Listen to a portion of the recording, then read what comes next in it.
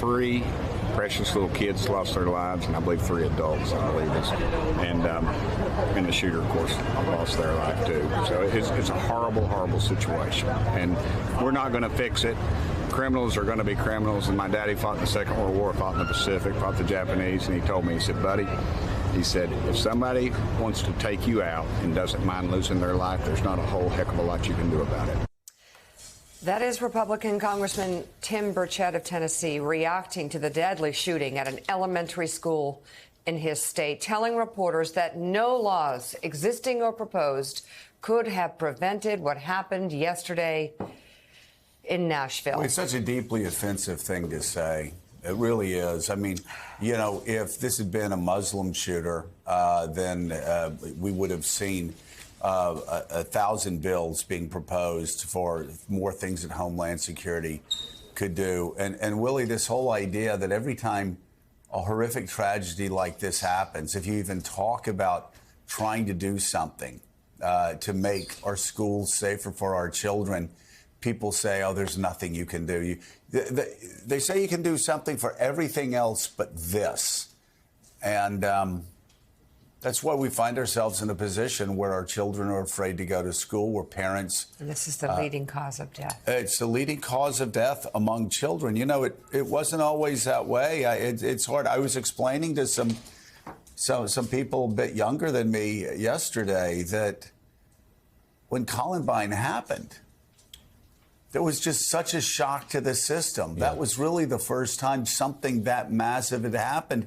And we thought it was a one-off. And then a movie theater in Aurora, Colorado. And then it just started rolling, Virginia Tech. This, for people who say it's always got to be this way, no, it doesn't. And it didn't used to be this way until just, I've got to say, the extreme glorification of guns and hyper-individualism that suggests that all the rules that used to apply just no longer apply anymore. Well, what we just heard there from the congressman was the throw up your hands argument against doing anything about gun safety. What are you going to do? There are a lot of crazy people in the world. Sometimes they're going to walk into a little Presbyterian school in Green Hills in Nashville and kill 3 9-year-olds and 3 staff members. The good news, I would say, before we get into the awful details of the story, is that most of America disagrees with him. We've talked about this so many times, the widespread support for universal background checks, for safe storage. Are you against safe storage of a weapon? No gun owner I know is. Are you against red flag laws so people who might commit harm cannot purchase a AR-15? Most of America says, no, we're for those things. So it is a small minority, but a loud and powerful one that is controlling the conversation right now. Well, and that's the thing, Mika. The overwhelming majority of Americans want more gun safety laws. The overwhelming majority of Republicans want more gun safety laws. The overwhelming number of members of the NRA want more gun safety laws. They want universal background checks. They want these red flag laws. They would love, every gun owner I know would love tougher gun laws, forcing safe storage at home, because every gun owner, like myself, they're locked up. They're safe.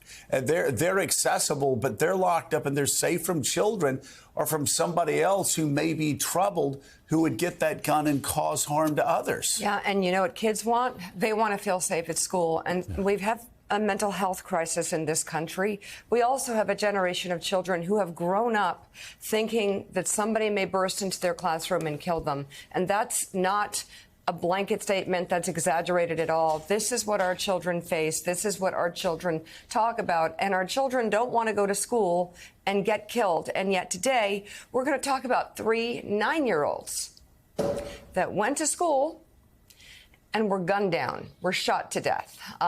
So that is where we are again to talk about a mental health crisis and an epidemic across our country with mental health and guns, the leading cause of death in children. And you look at Tennessee, specifically, the gun laws there are just so permissive.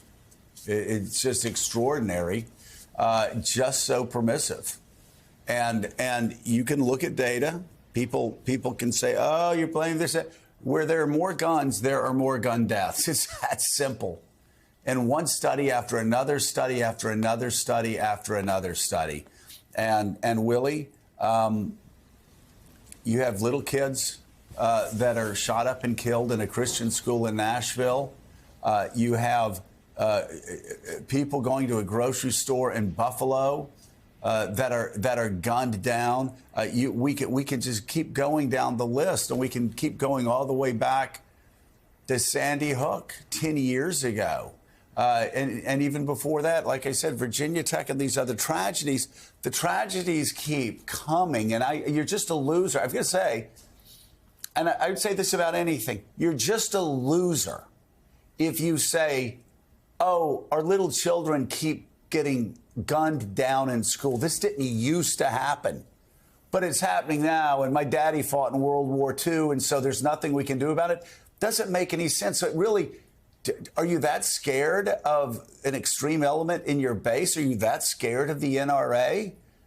Because I've got to tell you, one of these days, people in Congress are actually going to give a damn about what the majority of Americans think.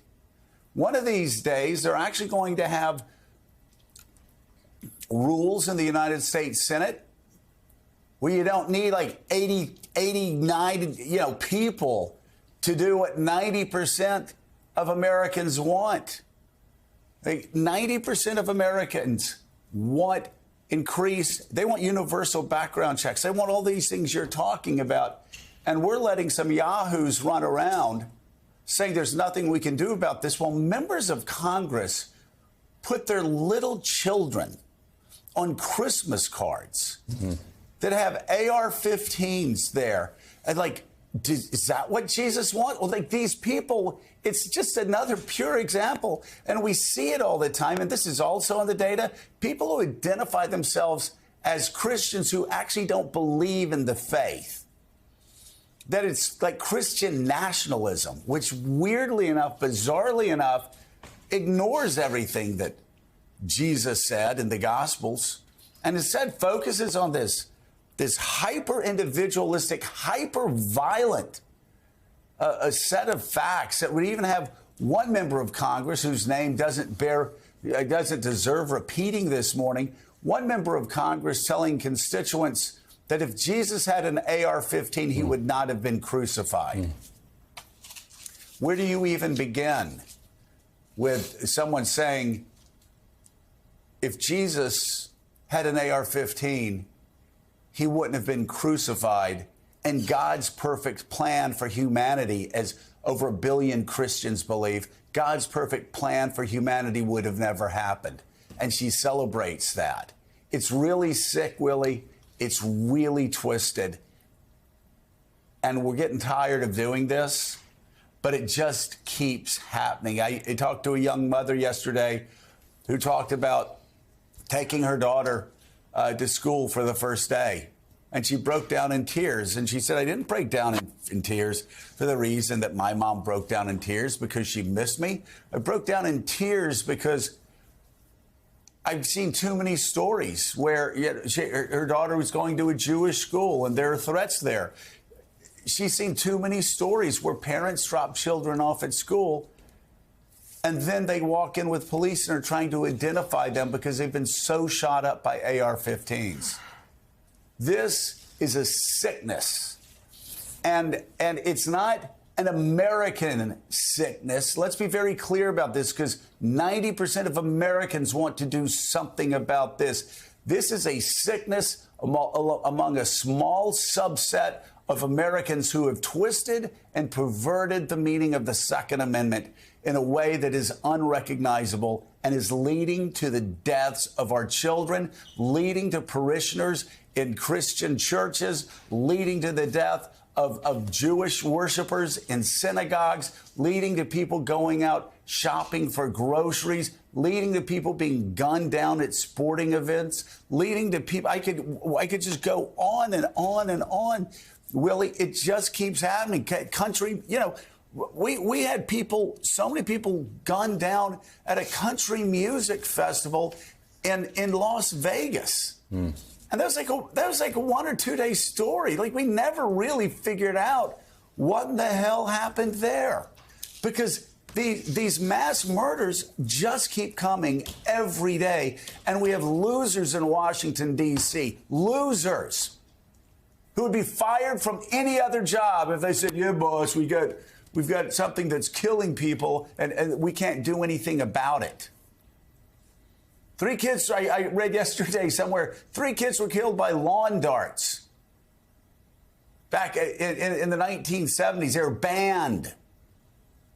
Like, when kids start dying from faulty products, or kids start dying for other reasons, the government steps in. The people step in. The people's representatives step in. But with guns, Willie, let's read the news, but let's just end it where Mika started it. The number 1 killer of children in America, guns. It's unbelievable. Yeah, it used to be motor vehicle accidents, and now it is guns. So it's a public health crisis on top of everything else you just talked about. And we're not even talking, Joe, about an assault weapons ban that President Biden has proposed. We're talking about things that perhaps on the margins might stop someone like the person yesterday who killed 3 9-year-olds in a little school in Nashville.